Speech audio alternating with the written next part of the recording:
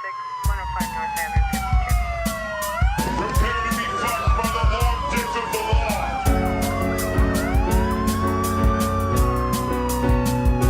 This isn't happening. Everyone look away, please. Nothing to see here. You can't break those cuffs.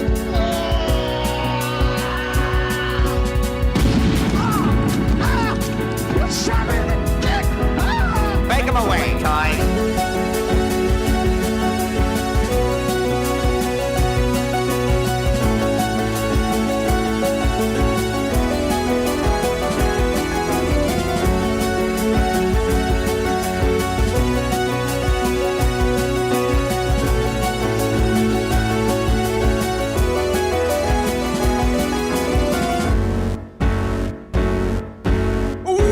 Welcome to Thought Cops, the only podcast where every week we police the mean streets of the internet because, hey, somebody's got to do it.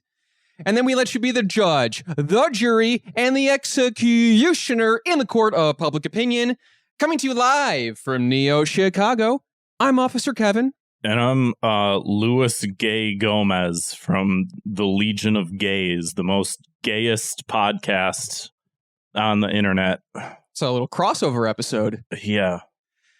You know, Grant, I noticed something. I know I come in a little loud with the intro. Yeah. And I've been noticing recently when just about when I'm about to start, you kind of tense up and move away a little bit. Oh, I have a tremendous headache right now. And I know you just got your second vax. Dude, I'm dead right now. So last week I just got mine. Now you got yours. Now after this, we're going to be ready to rumble. Fully chipped. Yeah. Going to be full RoboCop mode. But until then, I have pain all over my entire body. It hurts real bad. My whole body. That's what happens though when they put you in the RoboCop suit though. At first you're like, I can't adjust to being a cybernetic being, but then you get used to it and then you shoot people in the dick or and whatever you do. happens. Yeah, you do get used to it. Yeah. That's a good point. Let's give a quick thank you to our guest from last time, Bron.com. Thank you, Bron. The attempted first video episode went swimmingly. Let's see what happens this time. And without further ado, let's give a warm welcome to a returning champion to the show. That's right, everybody. I'm talking about AnimeSerbia. How the hell are you, Serb? That's good. I also got vaxxed, but instead of feeling pain all over my body, the chip that they put in me, it allows me to recite Snopes facts. Oh, wow. On demand. Whenever someone says something about Coca-Cola, they use fetuses as their product, they'll be like, no, technically that's actually Sprite that uses that, not Coca-Cola. And that's important information to have, absolutely. Could we just hire you to be the fact check bot on the podcast? Yes, I will. I'll be like, no, technically Ted Williams didn't actually want to be cryo-frozen. His kids faked his signature, which is actually true. I discovered that the other day. Wow, doing a deep dive into Snopes. The Moderna shot's crazy. Yeah, at least it's not Johnson & Johnson. The Johnson & Johnson one turns you into a pillar of salt and you blow away. Yeah. No spontaneous combustion. Especially if you're a 55-year-old woman that's looking to cause some trouble at 7-Eleven. No, we need less of those taking too long anyway. to bring up your scratchers. Yeah. It's all part of the movie Bob plan. Yours sounds so much more like an upgrade than mine. I have to walk around and shoot people in the dicks. I'm gonna get arrested right away. You're just a fact check man now. Well, That's I also have a dead arm. useful. I have a dead arm. I feel like a Major League Baseball relief pitcher minus the $100,000 salary and used car dealership post-retirement. I had the sore arm last time, but now just my whole body hurts. It's gonna hit me like an atom bomb tomorrow. I'm gonna be at work, and I'm gonna be in a fugue. Oh, excuse me. I'm gonna be in a fugue state.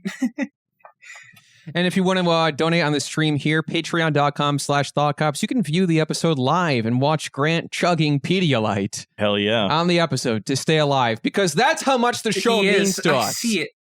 I see it. Pedialyte what spilling coffee everywhere. is that?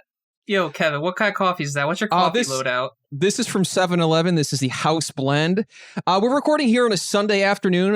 Typically, these have a little bit of a different energy. We tend to record on Thursday or Friday nights, but once in a while, we do a Sunday afternoon stream or recording, and I like to switch it up once in a while. You know, I feel like these kind of have a different energy, and it lends the show a little bit of variety in a way, because it's like I'm not all beat up by the work week and whatever. I'm just kind of like, yeah, you know, I'm here. It's Sunday. I'm chilling.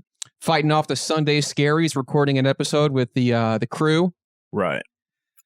It's actually, it is my fault because I work night shifts, and we're like, well, it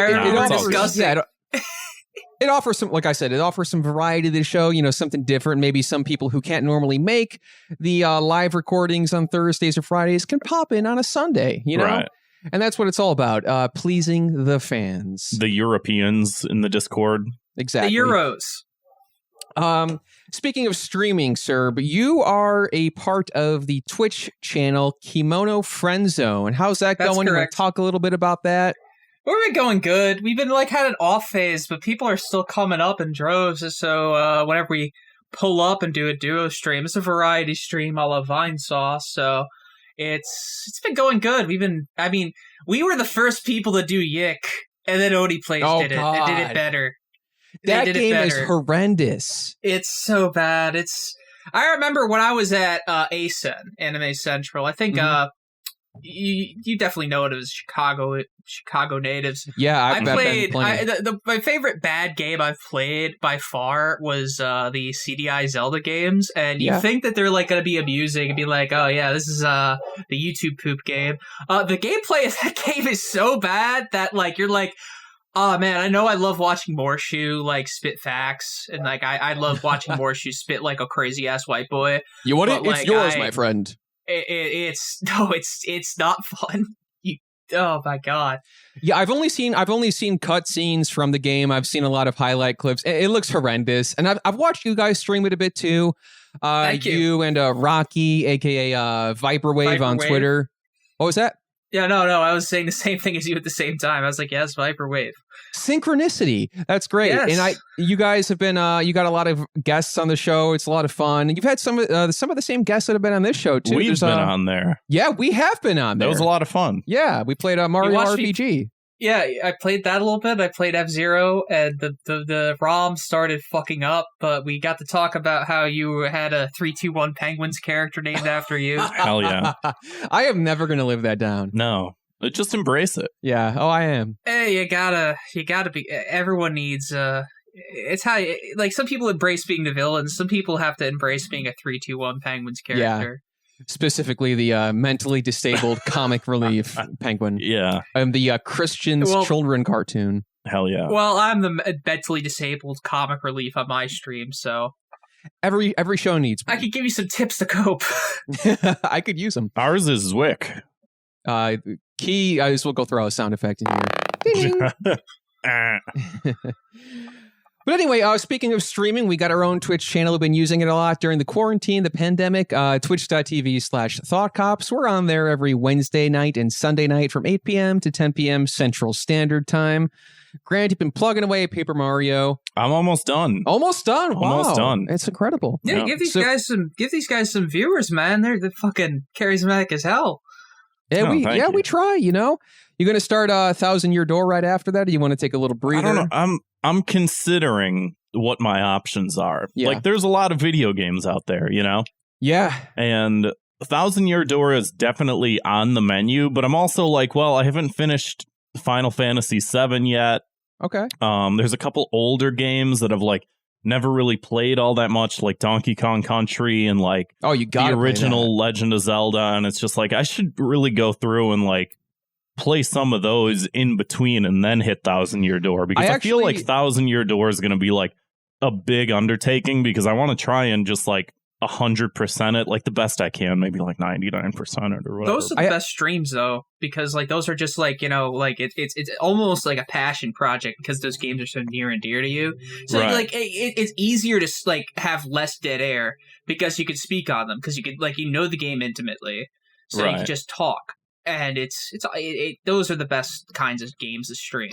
Personally, it's better than the new release ones where yeah. I actually did play the original Zelda on our channel like 2 or 3 years ago. And that's like you're part of the reason why I want to go through and like beat that, because it's like, well, Kevin did it.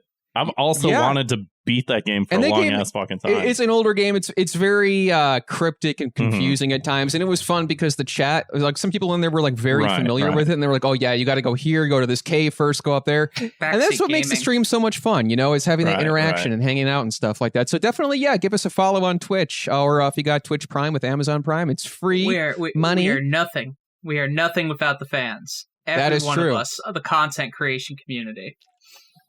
It's all because of you at home or wherever you are listening. Like you. Thank you. Quote that PBS. Get on that Arthur grind. I do want to do kind of think of some new creative stuff for the Twitch channel because for sure, now that we're all getting vaxxed up, I think people maybe want to do and see something different. Like I don't know if we can even do like a walking tour or some weird shit. I don't know. Yeah, do some IRL streaming. Yeah, something weird. I think we can go. If anyone has any suggestions or ideas, let us know. Walk down the street, get shot by someone or something like that. Absolutely, yeah. The guys go to 7-Eleven. Yeah, I say, hey, what's up, man? Can I get a house blend large coffee? Get on that Andy Milonakis shit. There we go. I missed that show. I used to watch that every week when it was coming out. And I also want to say, if you guys want to hit us up in the Discord, it's even easier than ever. We include a link to the Discord server in every single episode description. So wherever you're listening, go ahead and scroll down to the description. There's an invite to the server, and you can be a part of. Maybe you could be a part of the Discord news if you're lucky. Probably. But without further ado, let's go along and get to it. Let's talk about a very famous, very favorite segment of the show.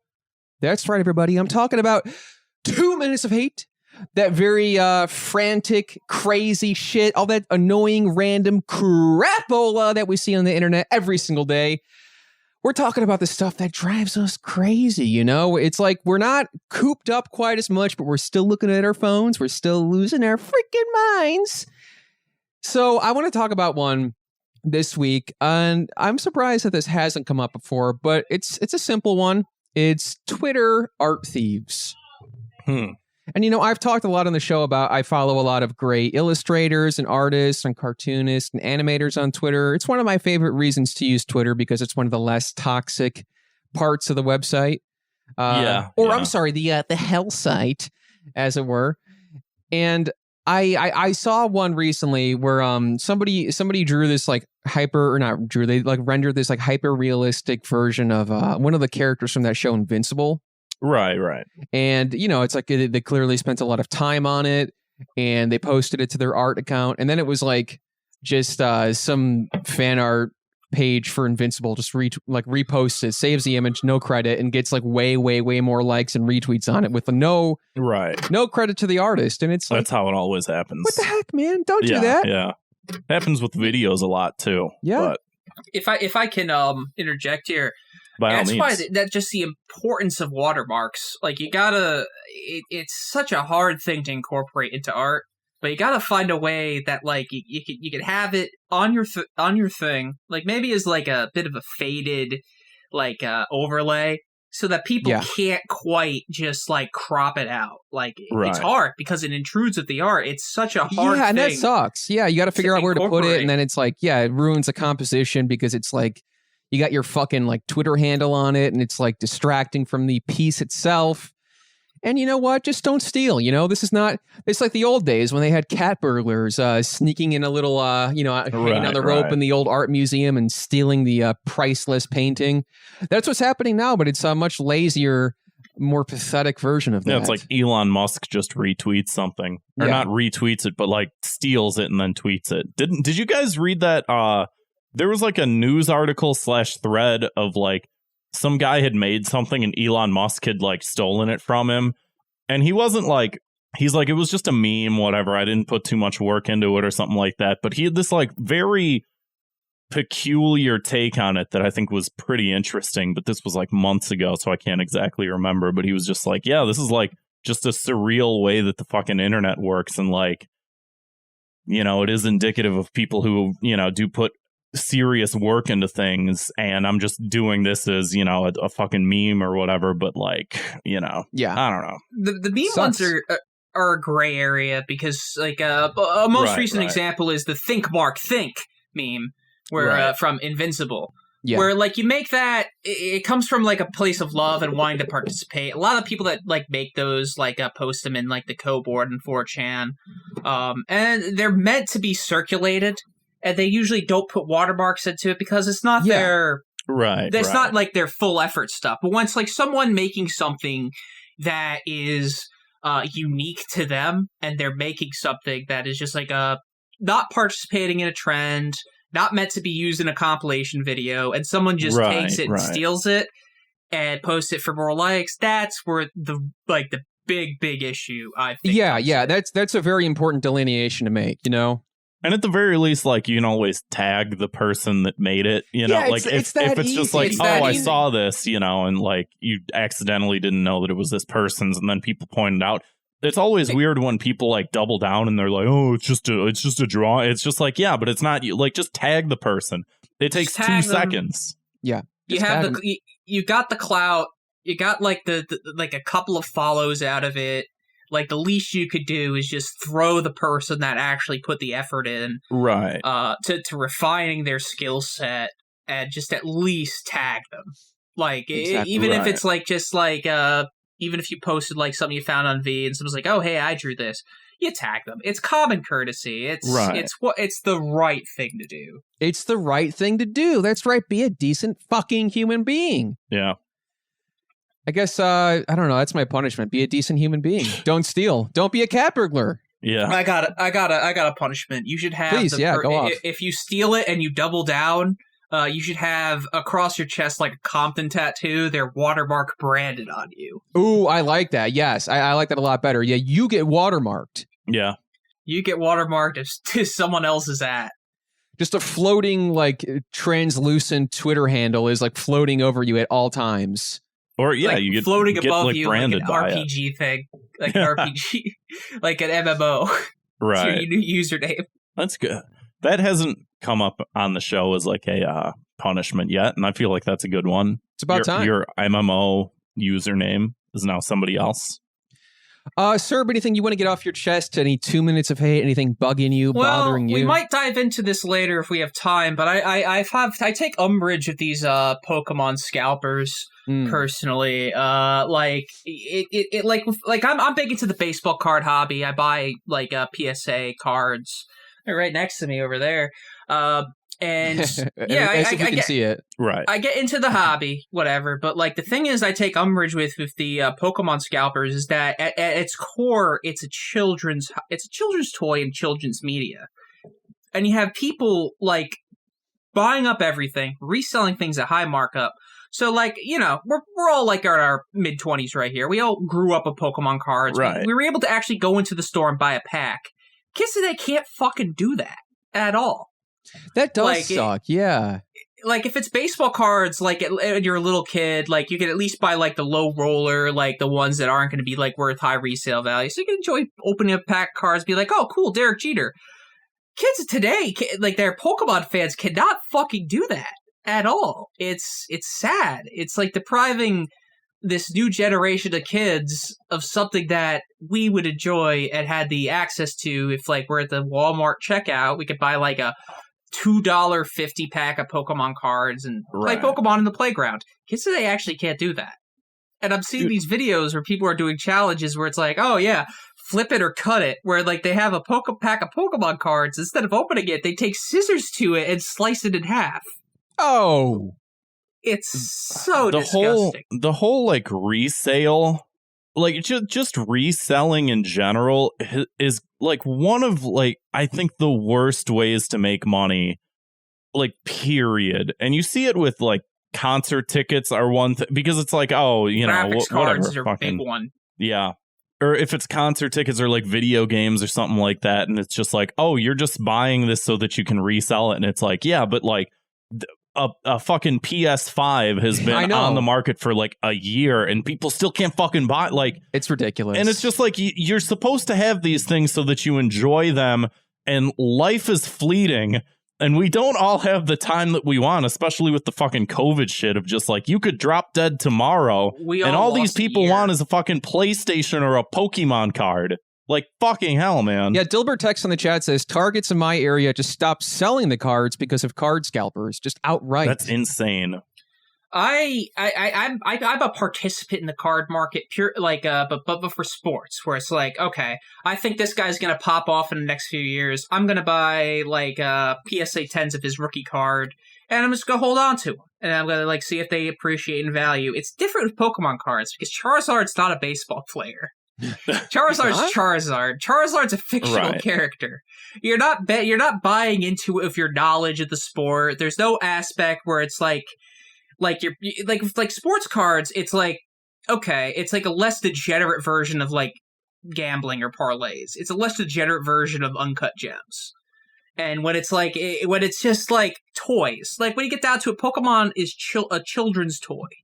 You have these 26-year-olds like walking into Target, pulling like packs of cards out of kids' hands, and then just trying to make millions, trying to make it's like, oh wow, I spent $1 on this pack, and I pulled a card that's worth $5. Well, you know what? Let the kid fucking have it. If you're making a $5 profit, I think a big part of it too is like a lot of, like you said, we grew up with Pokemon. I remember I was one of the very first kids in my school to get into Pokemon back in like 1998, 97 or something.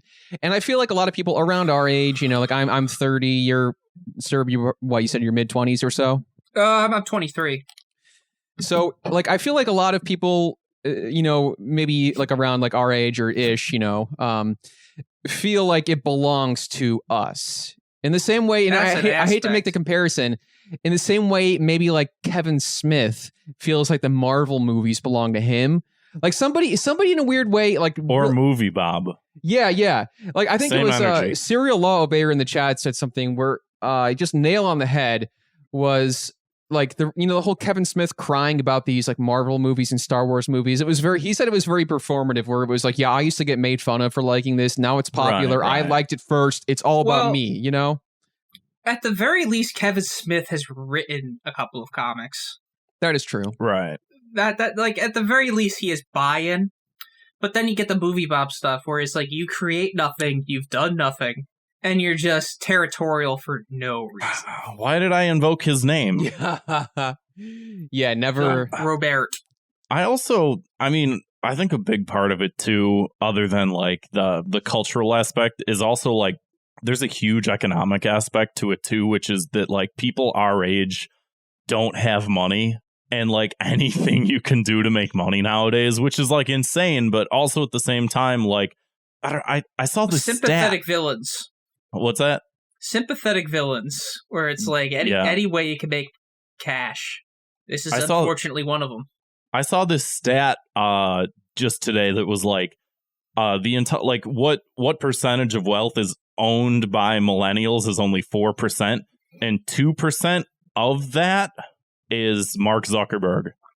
So like people our age have such a little amount of money. We like boomers, however much, everybody else, but like millennials only take up 4% of the entire economy. We have zero buying power. People are like, we're just slammed with debt. We have no fucking money. We don't have jobs that like pay us fucking living wages and shit like that. And half of us are Mark Zuckerberg. And it's just like, yeah, you just go to the store and buy Pokemon cards and hope to fucking strike rich. Buy fucking GameStop stocks and just hope to fucking hit rich, So, Serb, if you could punish these people who are pulling these cards, stealing them from kids, I would have them be sent to PSA to be graded, and like just like Han Solo, just be like encased in plastic. Like a giant, That's good. I like that. PSA 7, because they're under 6 foot. Hey, man, it's that easy. I wonder how we would get graded. Now I want to have that happen to me. I want to see how much I'm worth, We all have our price tag. Grant, man, what do you got for us this week? I don't know. I haven't really been thinking about it. It's harder when you're the host. You got to do research every week. You got to find a new thing to be angry about every week. It ain't easy. Yeah. Especially if you're peaceful. Homework being angry. You gotta love it. This life we chose for ourselves. Right. Here's a good one, and I think it's relevant to our particular situation, but creative growing pains. I think we can pick this up from where I left off with last week's 2 Minutes of Hate, which was like the concept of like having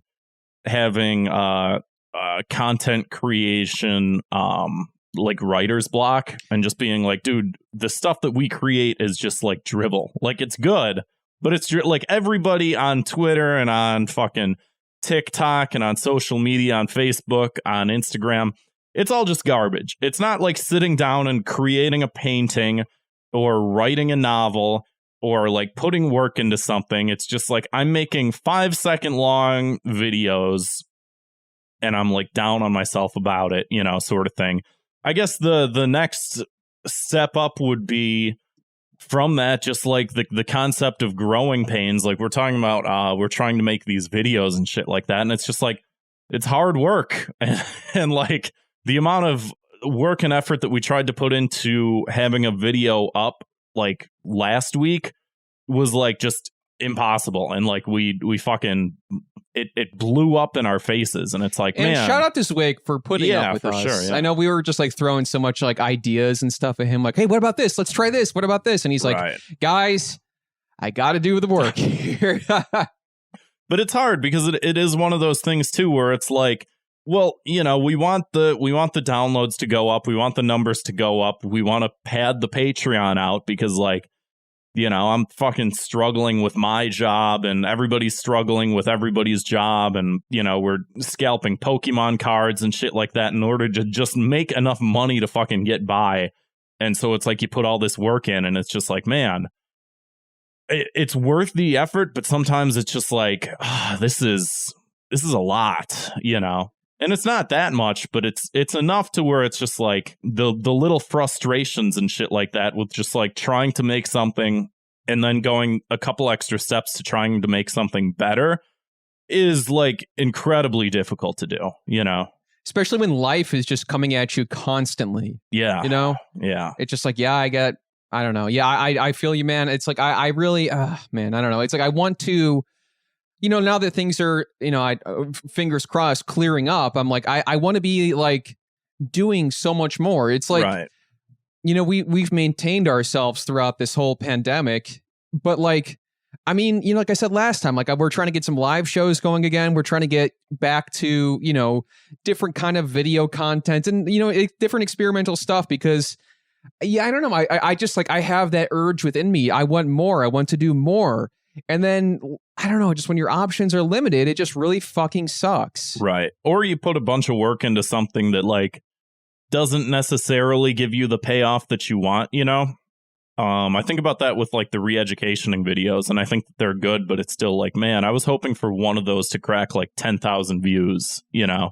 And it's like the amount of work and time and effort that you put in, and it's just like a fucking crapshoot to be like, oh, well, this might be something. And then, like, it is, and it sort of isn't, and it's just like where do I spend my time doing the shit that I want to be doing? You know, because I want to be doing all this shit, but it's like, how do you focus your time and effort and energy and like take the steps forward you need to take in order to like make things bigger and make things like better and stuff like that? And it's like, I don't know, you just try a bunch of things and most of them won't work, and then maybe one thing will.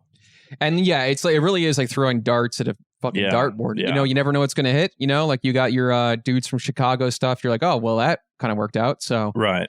And I don't know, Serb, you ever feel this with the channel at all? I know you said you've been kind of like on and off for a bit. It becomes like this is my gas money, really. It's nothing to like have a sustained living off of, but like it feels like a hustle sometimes. Like sometimes you're like, you don't feel like clocking in and doing it after being tired from your day job, and you just sort of clock in, and it becomes difficult juggling like your regular day-to-day millennial entry-level job and your side hustle that makes you a little bit of, it basically pays your gas money, especially with this gas crisis. Yeah, we'll get to that. Maybe. We'll see. But yeah, I mean, it's all, like I said before, it's like, it is fun though. It's like, I wouldn't be here Right, of course, doing this yeah. if it wasn't fun. I love doing this every week. Like, this keeps me going. I mean, this show has been like such an important anchor in my life for the past absolutely, like 4 some years. You know, whatever shit happens, it's like, well, can goof around on here, have fun with some friends, just have a good time, and maybe people will get a kick out of it, and that's what it's all about. So I mean, like, yeah, it's like I have the hunger for more, but I'm also like, extremely thankful and for everything we do here, and I'm glad that it's definitely been a lot of trial and error. I think for a lot of people during these quote unquote unprecedented times, which I guess you don't really hear people say that anymore. You ever notice that, Serb? They kind of just stopped calling it unprecedented.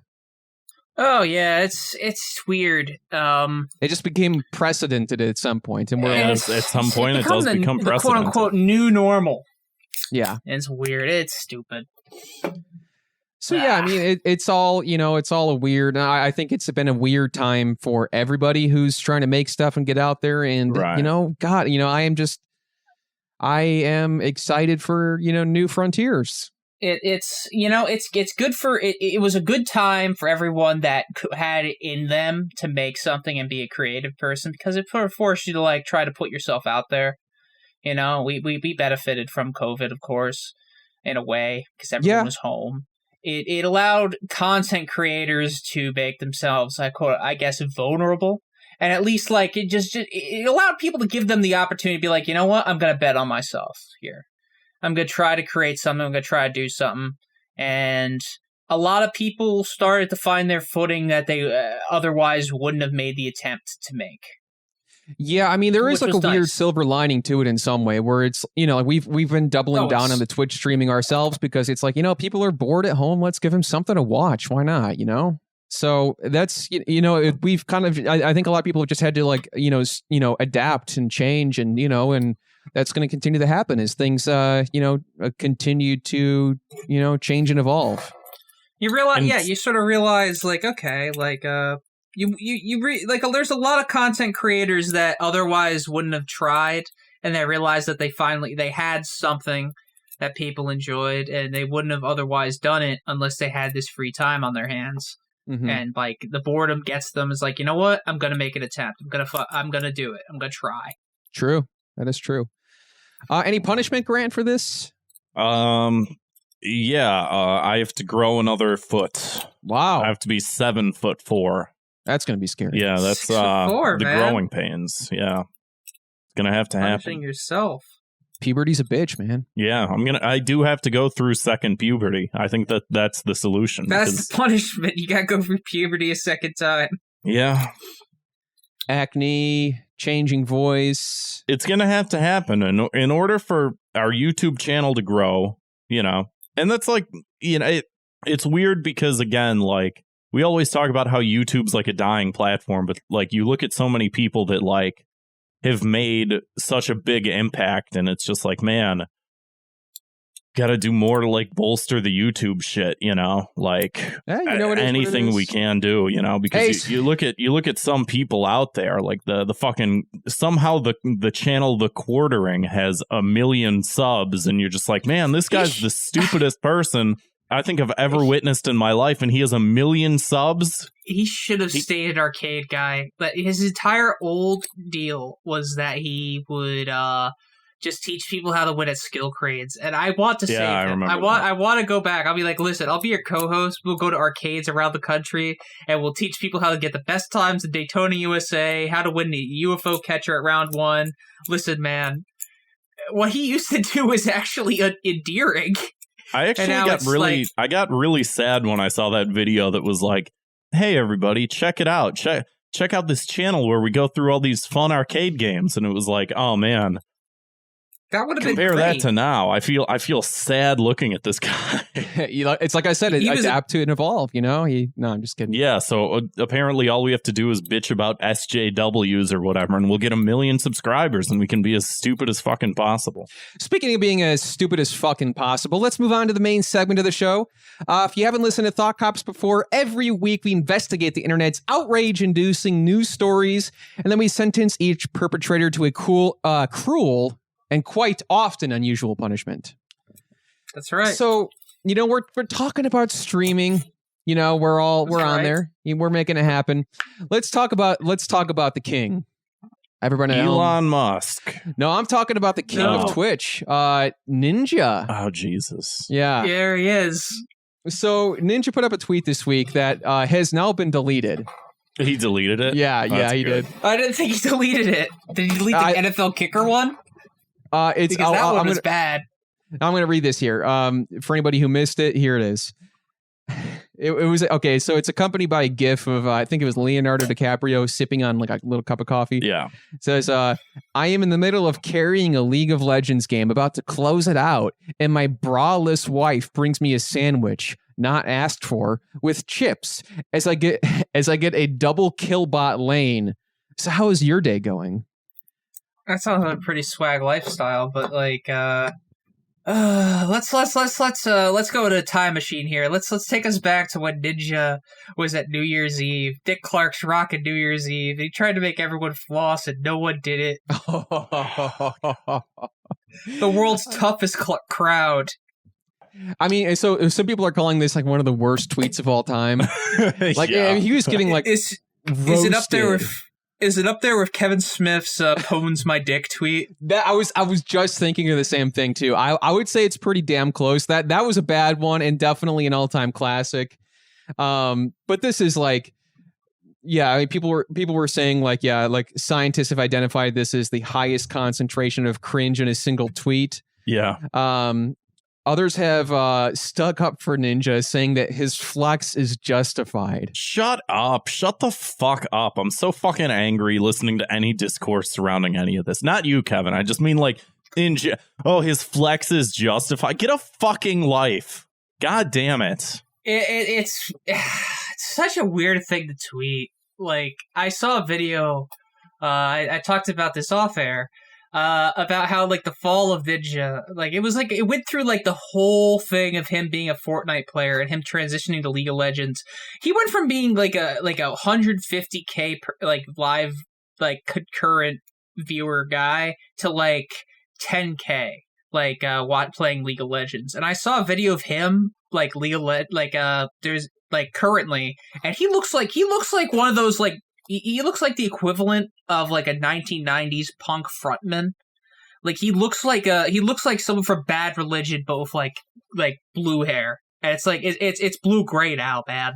He looks like shit. God, didn't he like headline Lollapalooza a couple years ago? God, please stop. I'm going to. How do I send this picture to you? Because I took a screen cap of it, and Drop he in the looks like Discord. shit. Yeah, throw it in podcast chat. It's like right above podcast call-in. Podcast chat. Right here. Yeah, you gotta see this shit. Let me go into my screen caps. This is incredible. He looks so old. Where is he? Yeah, look at it right here. Look at how old he looks. Oh my god. Dude, he's gonna be one of those people that just fucking like one day he's gonna be like 60 and he's still gonna be looking like that. Hold on, I can looked like get this so up young on the screen so that everybody can see. He looks so young and nubile around New Year's Eve. He had his bandana, like flowing blue hair. He looks like like I said earlier. He looks like a 1990s punk frontman at Lollapalooza. Yeah, just wow. Is that a mini fridge of Red Bull behind him? oh god. Yes, it is. Dude's gonna Yes, get it fucking is. kidney stones sitting all day and drinking Red Bull. That's a big thing with him. He like has the mini fridge of Red Bull. And there was this one portion of the video about the fall of Ninja. It's like one day Ninja, he streamed. He looked low energy, and his Red Bull fridge was empty. How Like old is the Ninja? ultimate calling card. I'm looking it up right now. Ninja. He is, oh god, he's my age. Same month, too. This sucks. Really? 1991. He's 29 years old. I just Shit. like, I don't know, all the money in the world and you look like this, you know, like this man is eternally just stuck being a teenager. Not everyone could be Germa. Not everyone could be Germa, where you become 35 and you're just unabashedly yourself, and you're still able to be entertaining. This guy has to. this guy is like the equivalent of that scene in The Simpsons where Mr. Burns dresses like Jimbo. Yeah, definitely. Yeah. God, it's just like, I mean, that's what happens when you just like burn out on this like useless drivel that most people can like spot a mile away is like just utter shit. Yeah. You know, you're like you said, sir, the blue hair just goes to blue gray. You know, it ages you quick. You gotta unabashedly be yourself. The thing is that when you age out and you're like a streamer or let's player, you can't constantly pretend you're a kid. You gotta own up to the fact that you're nearly 30. And people will respect it. It's a lot more dignified than being like pretending to be like a TikTok guy at the age of like 29. Exactly. There's that like level too where I look at what's that guy's name? PewDiePie, and it's like, man, I don't like that guy, but at least he started doing like content that was a little like he started making like, you know, commentary videos and shit. What's that? He's himself. He's unabashedly like himself. He's not pretending to be like a guy that watches Amnesia and he's like, whoa! Like, he's just he was like that for a long time, but then I feel like there was like that little bit of growing up that happened, and it's just like, okay, that's fine. You know, I still don't like him, but he's like better. By growing up, do you mean saying the N-word? No, that's not at all what I mean. PewDiePie bridge. I mean, no, like, I know he did the baby voice stuff for a while, and then I'm saying he stopped doing the baby voice stuff, and to me, it's just like, that's good. Keep doing that. Keep doing the not doing the baby voice stuff. Love him, hate him. At least PewDiePie like is at least going a dignified route and at least being a human being instead of like being a skinwalker. Right. You know, exactly. you could see anyone can like do like discourse on PewDiePie. Dare I say it? That's just tiring. But like at the same time, it's like at the very least, like when you're like pushing 30 and you do video games for like a main source of income, you pass the point of divergence where it's like I'm just gonna if you be yourself, you could increase your sell-by date by at least 10 to 20 years, honestly. James Rolfe did it. Right, exactly. Let's not forget, speaking of N-words, that Ninja also had his moments. So that's true. Yeah. So again, this guy's whole like sense of humor is like, again, stuck in that like prepubescent, like cool story bait, make me a sandwich. Yeah. So I want to say my punishment for this is his wife has to wear a bra and he has to get up and make himself a damn sandwich. And you think he shits himself with a diaper too? Yes. He's like, you think that was just omitted from the tweet where he's like, maybe that's not going to read as well? Where he's like, I have a sentence for him. Oh, please go off. He doesn't go back to Mixer. He has to stream on D-Live now, where everyone has a Confederate flag in the background when they stream. D-Live is like the ultimate. D-Live is like the ultimate like AA baseball of like streaming. God, I'm always surprised to learn that there's more and more places out there that I just never want to visit. Yeah, well, I introduced it to you. D-Live, AAA baseball of Twitch streaming. Let's move on here. I want to talk about this. Is something I've been waiting to actually watch because I want to see it on the episode. Oh no! You got it right there, Grant. No, please pull it up. I don't want to. I haven't watched this because like I watched the first 3 seconds of this because I was like, I want to wait to see this on the podcast. Fair. So the Mighty Might Bosstones put out a new song this week, which was, I guess, dedicated to George Floyd. Have you seen this yet, Serb? Shouts out to his family. No, I haven't. But let's watch this together because I want to witness this for the first time here on the show. All right, is everybody ready? I am ready. I'm not ready. Georgie, please stay. They took your breath away. Fucked up. There's nothing good to say about this. This feels like I'm watching Pee Wee Herman.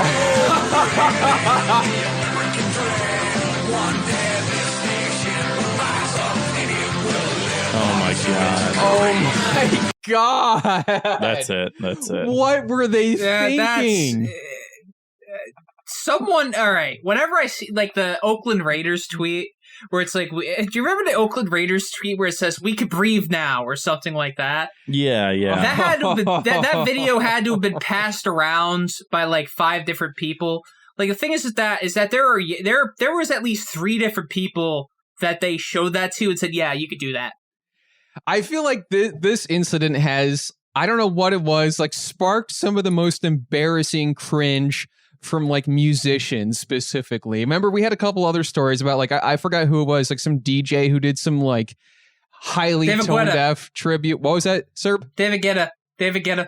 Yeah. Yeah. Just don't fucking make, just don't, okay? And just like, again, like the visuals for this, it was like this middle-aged white man skanking around as the text is on the wall where it's like, Georgie, they took your breath away. Georgie. Oh my God. I mean, you gotta laugh. I mean, it's horrible. It's tone deaf. And again, no one asked for this. Not a single person was like, I want to hear from the Mighty Mighty Bosstones. What do they have to say about this almost a year later? This ruined my ability to ever watch the Digimon movie ever again. Were they in that? Yeah. Their big song, their one-hit song. They're Never Had to Knock on Wood. I'll never be able to... Yeah. Never be able to listen to that song again without just thinking like, yeah, these guys wrote a very inappropriate song about George Floyd. And again, it's like, it's just celebrity brain where their hearts are probably in the right place. They were. I mean, it's laughable for sure. All right, so I always thought about it to myself. It's like, if I were like an intern, like a PR thing, like if someone presented me the Raiders tweet where it's like, "Oh, we could breathe now." If I hated that coworker, I would say, "Yeah, dude, this is perfect. You should totally post that on the official Raiders Twitter account." Like, this is like, anyone in their right mind would like say, like, veto this, be like, no, don't do this. Whoever's working for the Mighty Mighty Bosstones, fucking hate them. Yeah, their agent must have really had it out for them. Yeah. Nobody in their right mind. Nobody.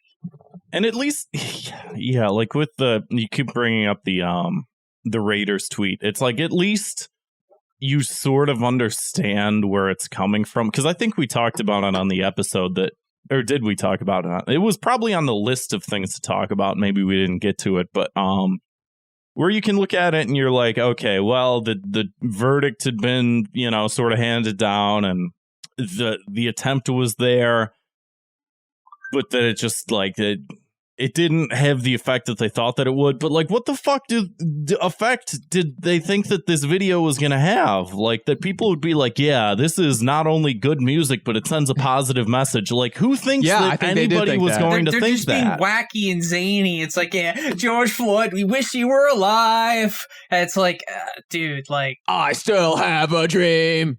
It is just so inappropriate. Just doing like Tony Hawk Pro Skater 3 music, like it was just like doing like the step thing where you're like pretending you're going down the stairs, like, George Floyd, I wish you didn't die, and it's like, stop, cut the film. I think a good punishment for this is they actually should put this in the new Tony Hawk game. Yeah, whatever. I sentenced this song to be in the Tony Hawk game that was like constantly DRM. It should be in Tony Hawk Pro Skater 5. The bad Tony Hawk game. That the soundtrack should be nothing but like tone deaf George Floyd tribute songs. And it's not as though people haven't made similar songs with similar attempts to make like some level of social change. But like, just not this, It's like the Imagine thing, again, celebrity brain. Yeah. Stupid. Because you look at like certain like punk bands around like, the turn of like the 80s and shit like that. And it's like, yeah, the Dead Kennedys would reference like Harvey Milk's like assassination and shit like that. But it was done with like a very poignant, like, these people did this and we're accepting of like this as being like, it was a good way to bring up like culturally relevant, situations and turn them into art. I'm not against that, but like, Yeah, maybe ska isn't the right way to go about it, or maybe make it a little more general. That's a good way to put it. Maybe not in ska form. I like the joke that every Dead Kennedys song in the 80s was a different direct threat to Governor Jerry Brown. That sounds pretty accurate, minus, like Holiday in Cambodia and stuff like that. But I mean, a lot of them definitely. The song where they say the N-word. Are there a couple? Well, that's the one that's like. Well, it's like an iconic song beyond that, but like right. it's the Dead Kennedy song where they say the N-word. Yeah, it is. It do be. Moving on to other topics here, though. Yes. Let's talk about something that people have been practically begging us to cover on the show. And again, this is Chrissy Teigen. No, Oh. This is okay. This is one of those things I feel like we are obligated to speak about. This was John Mulaney. This is about Elon Musk. Fucking hosted SNL It's this not week. Israel. And I had to stop myself from watching because Did you try to? I had to have a friend talk me out of it. Okay, good. I was in a bad place, and I was like, I think I might watch the episode tonight. And Kevin, don't do it. No, that's like literally what happened. And because like over the past year or so, I have like wanted to tune in to some of the SNL episodes and be like, what? Like, okay, this ought to be bad, when they come back after the Capitol riots and stuff. But this was one. And again, Elon Musk is the only Twitter account that I've had to block because I just can't take it. Yeah. I didn't watch it live, but I did watch a couple clips from the sketches on Twitter just for research and just because I hate myself. I couldn't even do it, man. And I didn't either. I wish I didn't, but I did. Kevin, you're down catastrophic, man. There's one in particular. Kevin, this is self-harm. You're self-harming. This is an intervention. Me and Grant. Listen, this is our intervention here. You're self-harming watching SNL. Yeah. First the Snyder Cut, then SNL. God, I mean, what am I doing with my fucking man? life? I don't fucking know. At least the Snyder Cut is people that like it. I can't even think of a guy that likes watching SNL. And that's like, I don't know who this is for, but again, they did this very. So they got in hot water for something. A couple things actually. They did this. A couple sketches got lambasted on Twitter. One was the Gen Z hospital, which was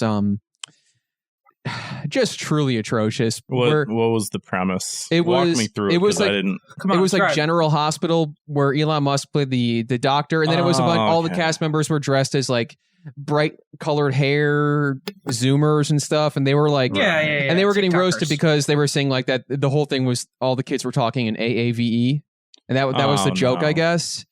And then more to the heart of the matter here was they did this weird, and this is one I watched about 10 seconds of, and I again had to like pull myself back and be like, no, this is bad for me. They did this courtroom sketch where it was Wario. Yeah, Super Mario. It was like where Elon Musk played Wario. Grimes was Princess Peach for some reason had an Italian accent as well. And Kate McKinnon was Waluigi. It was just like I don't know what's going on over there, what the writers are doing or thinking, but it was what was the like was it Wario was in court for like war crimes or something like that? Again, I don't know. I had to pull myself out of it in time. No, they cheated. He was cheating on Peach cheating on Mario with Wario.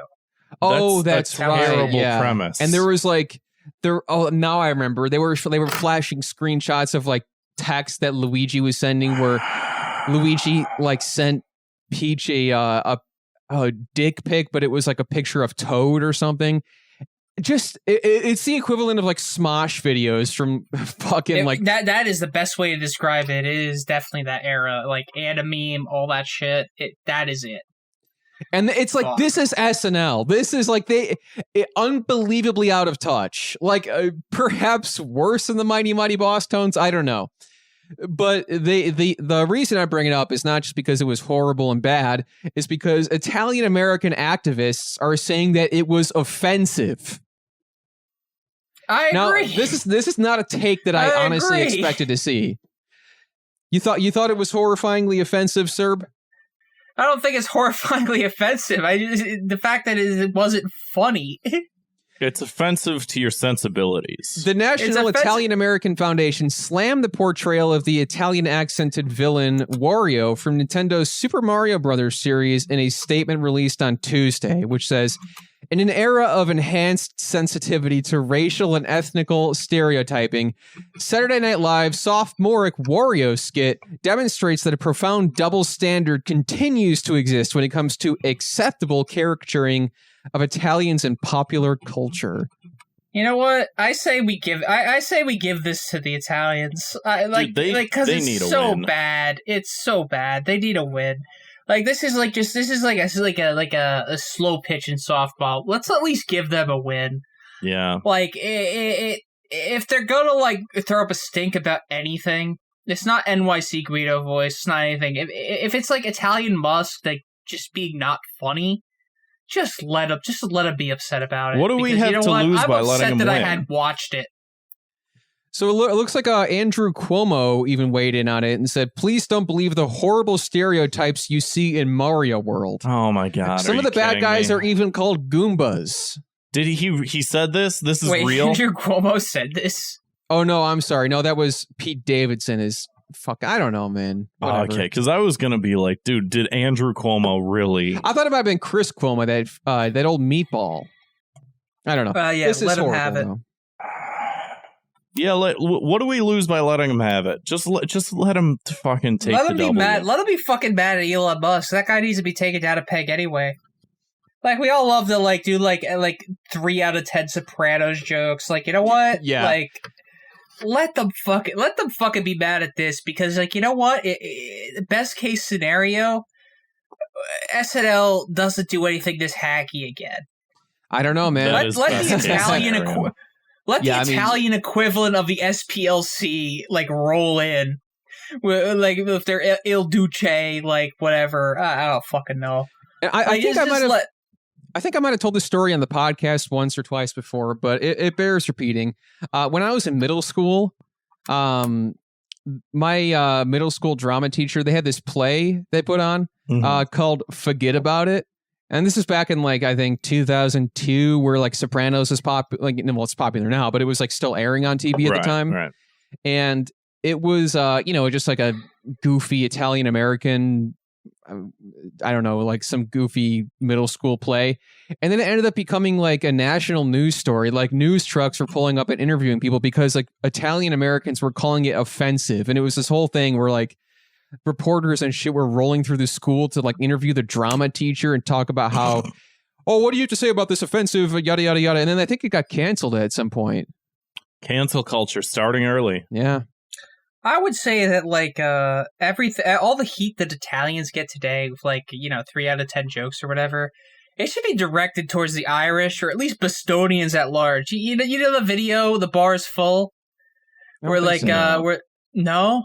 Oh my God! There's this one video where a guy's like walking up to a bar and like a bunch of like guys in top rangers like, yeah, it's real fucking funny. The bar's full, and they're just calling him like the F slur for just filming the front of the bar. I'll share it with you guys later. I think that like Bostonians, like Irish Boston guys, deserve far more flack. Absolutely. Because just for pound, how much more racist they are. Like if you are an away team fan, like people talk about like driving while black and get pulled over by a cop. If you're an away team fan and you're an African American, you go to Fenway, you are going to hear some shit. Like I've heard so much anecdotal stories out of that, man. Yeah, same. Stay the hell away from Boston if you're like not white. Just stay away from Boston. Yeah. Stay from Boston, period. Actually, my sister used to live in Boston. It's kind of cool, but yeah, I mean the people are less than desirable. A lot of Ben Afflecks walking around, and you're just like, come on, man.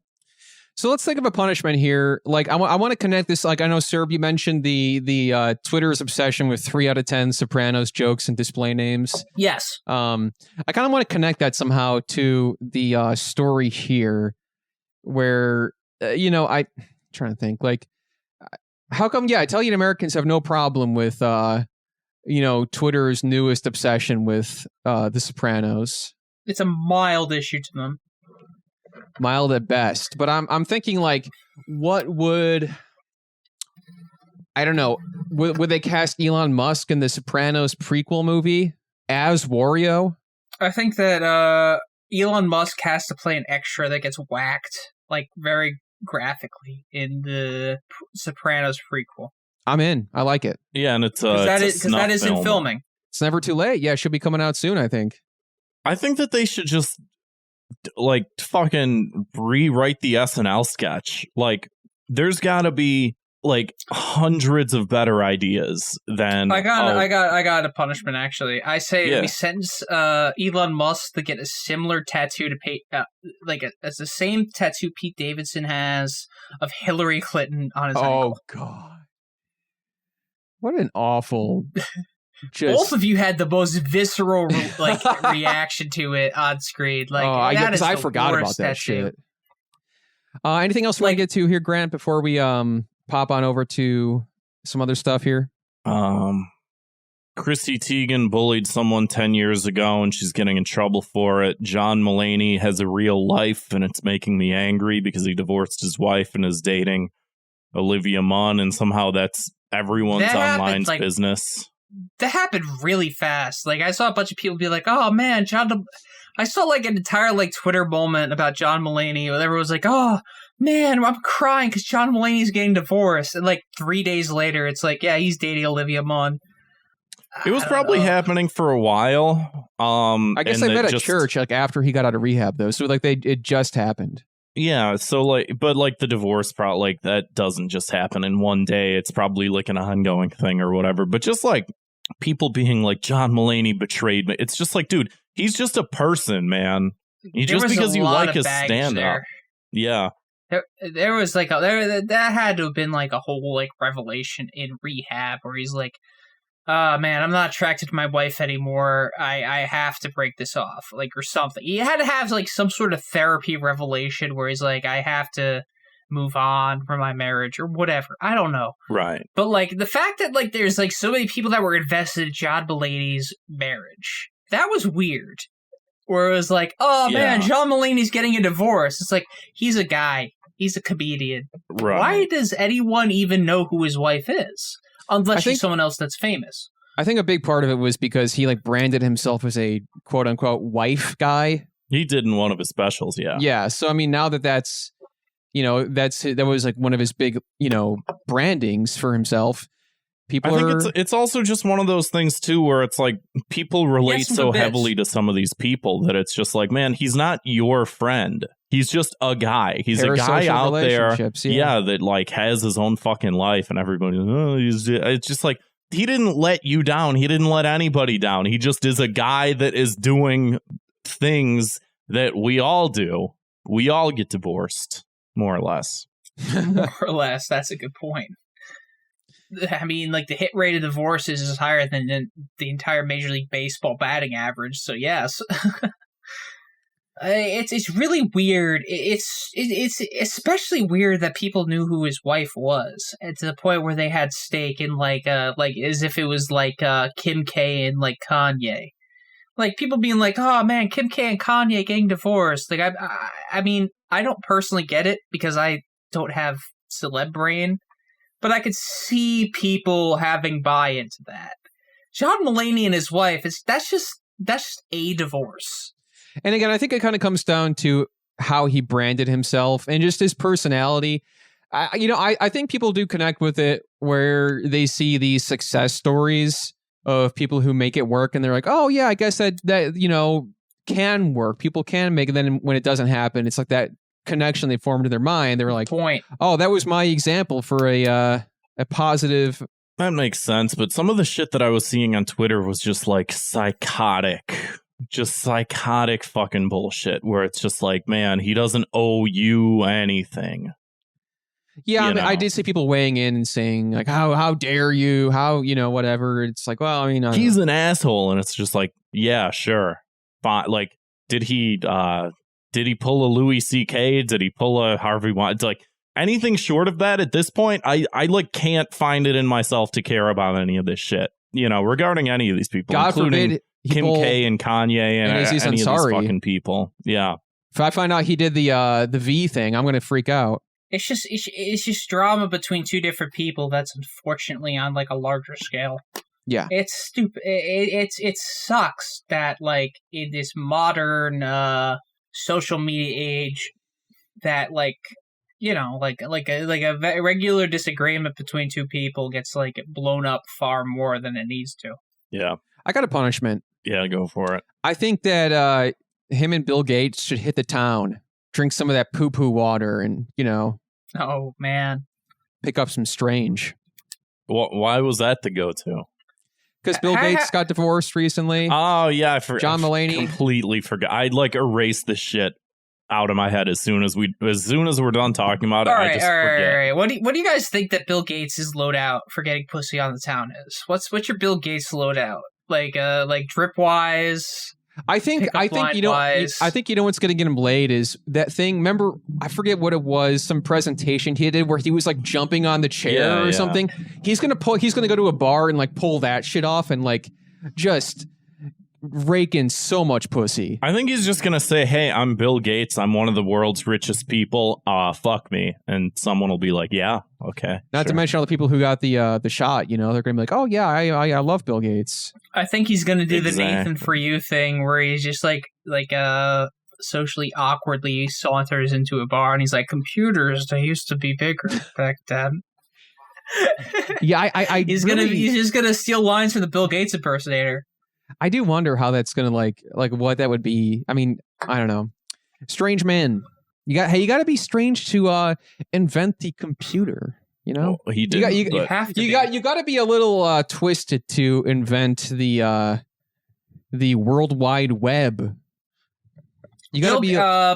Steve Jobs is Al definitely Gore. twisted. He thought that eating fruit would cure his cancer. So yeah, computer guys are definitely twisted. Let's move on though. Let's go to key to the city. Something cool, swell, positive, great, or nice. My key to the city this week goes to the Brickster. All right, everybody, calm down. I'm not talking about the villain from Lego Island. Good. He told me I can't I have read. beef. There is a YouTube account called the Brickster for some reason, but it's this guy who he has taken. I think it's him and a small team have taken the uncompressed files from soundtracks from Super NES games mostly, and there's this whole interesting process to how he did it. But he's Silver Gunner type stuff. They sound completely different, and it's like crazy. Like the music that you heard in like Link to the Past or Mario World and stuff like that just sounds incredible. Right. And it's still like MIDI, but just this like super clarity where it's like this is the same hardware that Koji Kondo or whoever else was working on at the same time. Like this is how it sounded before it was compressed and put into a cartridge for the game. And it's really cool. And he's continuing to upload those pretty frequently. And it's like just a nice little peek into what the raw audio footage would be for that. So that's been kind of a nice thing to keep an eye on. The Brickster, watch out, throw a pizza at him. From a helicopter. Right.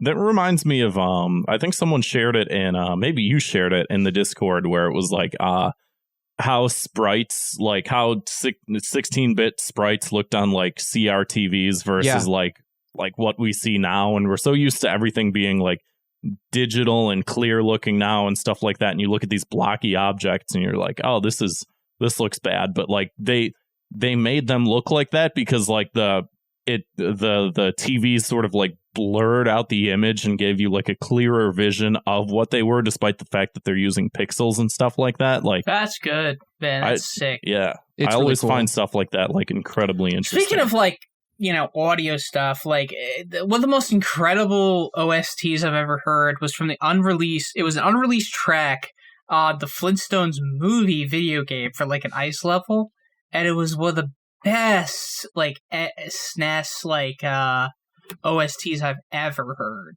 Huh. Like That's a deep cut. I'm gonna have to check that out. Seriously. I will link that to. I will send it to one of you one day.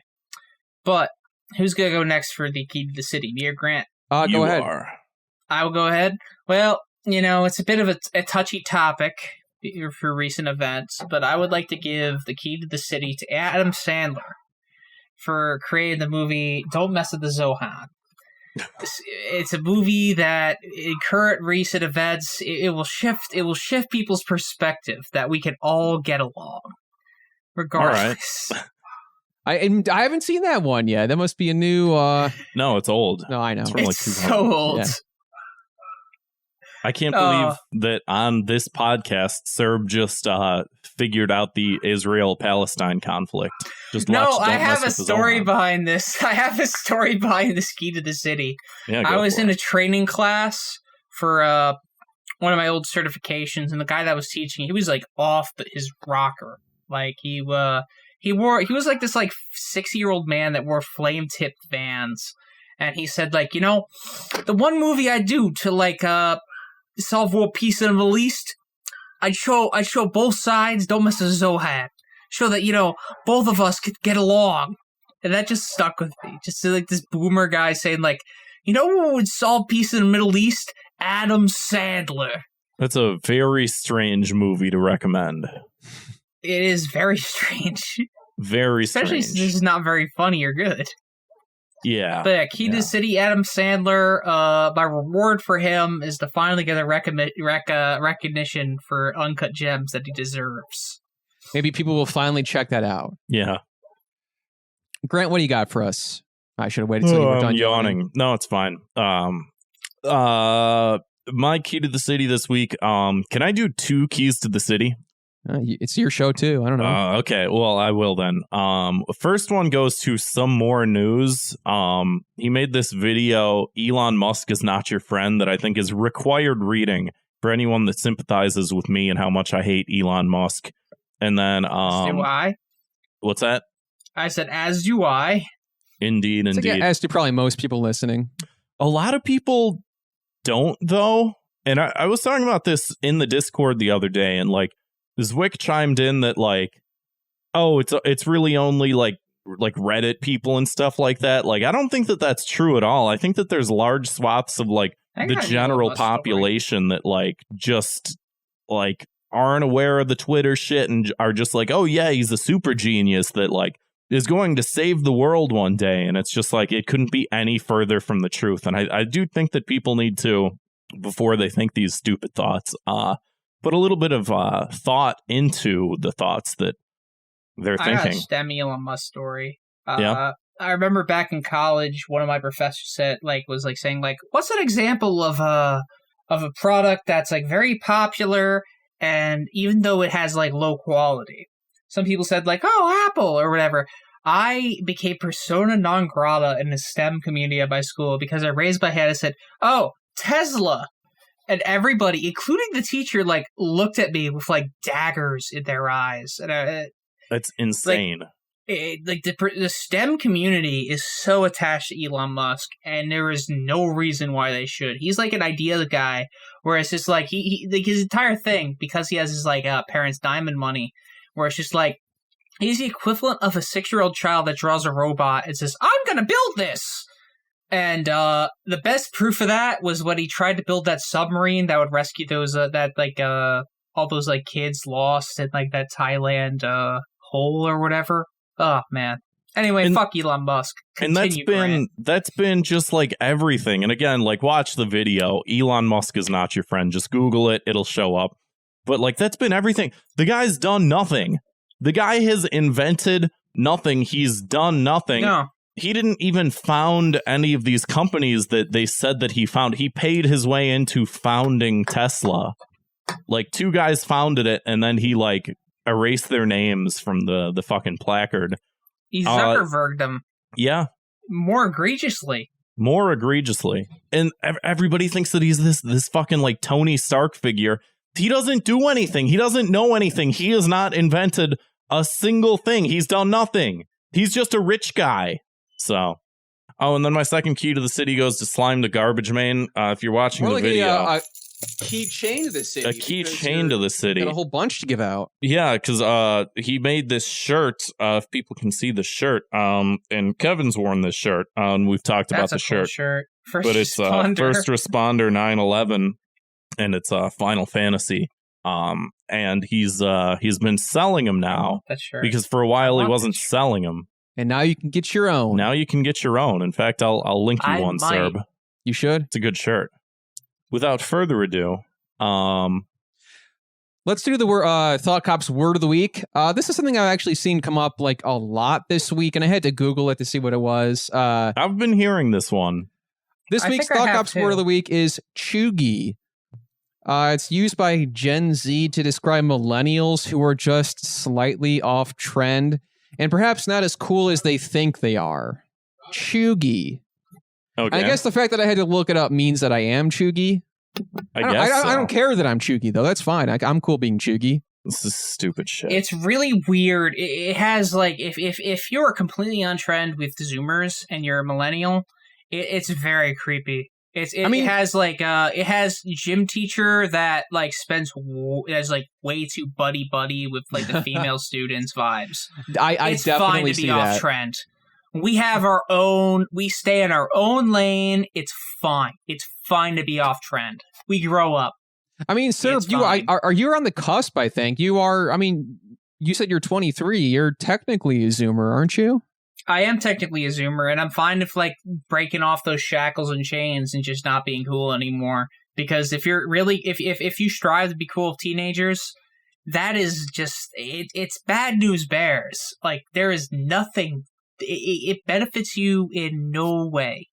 Just at least admit you're not cool anymore, and people will like just find you cool in other ways. It's the reality of it. I feel like there's like this like perceived war between millennials and Zoomers that doesn't actually exist. I mean, it's come up on the show a few It times. does. Like, or Zoomers are making fun of millennials for using the whatever emoji, whatever. It's like I don't really think that anyone gives a fuck.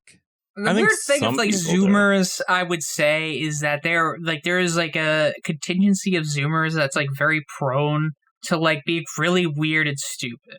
But I think that exists in every like demographic. It's and millennials back in like when we were kids, they were just like the really weird Tumblr people. Zoomers have their equivalent, so it's not worth like taking too much umbrage with it. It's if you got your 9 to 5 and you're trying to make stacks, why does it matter? Yeah, it's fine to be a little chuggy. That's fine. It's also like I don't remember if we talked about this on the show or not, but like the very concept of generations is like really an American centric thing, you know, because we had like the definitive generation being like the World War I generation, the World War II generation, like the fucking boomers, the silent generation, et cetera, but like other countries that didn't experience some of these like population shifts and stuff like that, like don't have generations. So when we talk about like, oh, Zoomers and millennials and all these, it's just like, yeah, we just sort of invented these groups out of like just nothing. There's nothing inherently different about any of these cultures. I might make a tweet tomorrow making fun of Zoomers, but like when you get out down the brass tracks, none of this really fucking matters. If you're someone that like, I don't know, if you have a 9 to 5, do you really care? The answer is no. Let's move on, though, here to, well, I guess before we get to our final segment, which is our listener voicemails. Serb, if you can go ahead and plug everything you want, man. Social media, Twitch, anything you want to throw out there. So my Twitter handle's at AnimeSerbia, Twitch /Kemonofriendzone, like the Kimono Friends, like that, like the anime, but Kemonofriendzone, K-Zone, that's where I'm at. That's all I really have to plug for myself. I don't really got any other creative endeavors. And yeah, let's go right to the voicemails. Well, yeah, Serb, you're one of my favorite Twitter accounts, so definitely I highly recommend giving him a follow. And thank you, Kevin. And You're again, one of to my those favorites. Oh, thank you. To those of you who want to support the show and get a backlog of bonus content as well as access to our live episode chats, you can head on over to patreon.com/thoughtcops. We got all kinds of extra content in there for just $2 a month. You get every episode of Fire Bros, which we released somewhat recently. And if you throw $5 a month, like I said earlier, you can hang in the live video stream for the episodes here. And I want to give a shout out to our new Patreon this week, TA. Thank you, TA. Thank you, TA.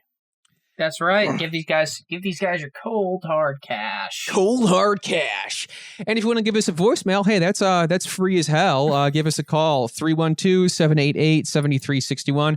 Or you can always send us an audio file to thoughtcopspodcast@gmail.com. Let's hit it.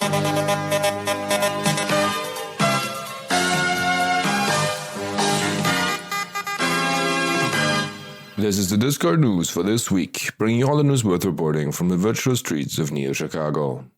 Cashew denies agreeing to the Monday-Tuesday Garfield-Heathcliff treaty, but no one cares because both orange cats are funny. RIP to the hashtag videos channel. You lived for a week before the boys got their shit together.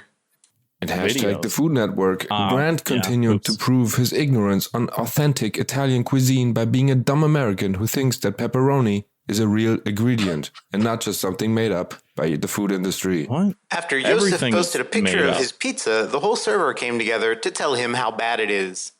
Comments ranged from, "This is a salad in a bread bowl," to, "Maybe if you like pizza for babies." Of course, though, Sleep Science did defend him. This week in hashtag lifts, it was officially revealed that Grant is in fact gay. Stop. And now to our final segment of the show, Sports Update. This season saw the opening of Fairgrounds, in which games have a chance to be a prize match that players can win items in, such as bats, gloves, and skateboards. What they were batting with before they got a bat, nobody knows. Season 18's champions are the core mechanics. Congratulations. Great. This week's Discord news has been presented to you by Goth Joseph and IO Static. I still refuse to learn what Splorts is. Yeah. Same. And these voicemails don't make it any clearer. No. Maybe that's the joke. Hey, is it going? Hey. It's me. Hello. Hey Grant. Hey. How's the music going? Oh, it hasn't That's been nice. going. Kevin, what do you like, what do you do? What do you do in your spare time, I mean? Like, you used to do, stand-up comedy, right? You can't really do that right now. So what do you... I think you should return. What does Kevin do? You're a funny guy.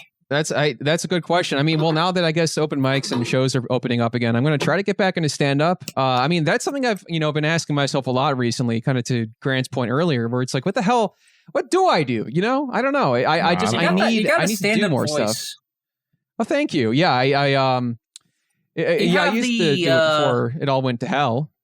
You have the vocal inflections that, I think you have the voice for a good storyteller, I think. So I think that, if you were to go for a route for, a stand-up, I think definitely, the storyteller route, I think would work well for you. Well, I got some stories in the chamber I could throw out there, I could be, hey, you guys want to hear about the time they named a mentally disabled penguin after me? And that's a good story. Christian children's cartoon. And I just that would kill. You joke, maybe, but that would do well. Oh, maybe now that I can get back out there, I'll tell the world my story. Let's hit the next one here. Gentlemen, it is I, Leo the Incredible. Oh, Leo. I have strep throat right now, which means I can't talk. Oh. Nevertheless, it wouldn't... Nice of you to leave the voicemail despite the fact that you can't talk. Grant? Yeah? Grant? Yeah, what's up? Grant? Yeah, what? I'm proud of you, son. Oh, thanks, Dad. Your Twitch slayings this week on Paper Mario have been fantastic. Incredible, thanks. even. Thanks, Leo the Incredible. You've defeated the Duplicate. Oh, my God. You've marred the Magic Koopas. Yeah, uh-huh. You've slayed the Swoopulas. That's true. And you made the Crystal King your bitch. Yep, I did. I did Kevin, all those really? things. Yes, Leo? Buy Grant a beer. A six-pack. Yeah, you should That's for him. buy me From some me, beers. paid by you. Gentlemen, that'll be all. Good job to both of you. Oh, thanks, Leo. Okay. Well, I don't know what's Sounds like a happening nice here at guy. the end here, but that was a good Leo impression, Grant. no, that was him. He called that in. was? Okay. Yeah, Huh, interesting. yeah. So I know I've called in to complain about scalpers before because they're the parasite on the ass spoil of humanity, but there's this new breed of scalper that's even dumber because they don't make money, they buy up like a very popular thing. Like, for example, they'll buy up like that Mario 3D All-Stars, or they'll buy like up all the volume 1s of like a Shonen Jump manga and Pokemon try to like cards. jack up the price of it online, even though it is like in print, not scarce. How did you and know? They'll just print more. Well, maybe not the Mario thing, but like people who are trying to scalp like Jujutsu Kaisen manga, you realize they're just gonna print more because it's very popular. It's so fucking stupid. Indeed, it is. Nico knew. Man, when you're right, you're right. Yeah, I guess. We have any more voicemails, or is that That's it. All right. Well, hey, like I said, if you want to give us a call of your own, it's 312-788-7361, or you can send an audio file to thoughtcopspodcast@gmail.com. Serb, thank you so much for coming back on the show, man. Always a pleasure. It was, I was so happy to come on. It was great. Yeah, appreciate you coming on. Everybody, check out Kemonofriendzone, and we'll see you next time. See you, Space Cop. That's right. See you, Space Cowboy. You're all gonna learn to carry that weight.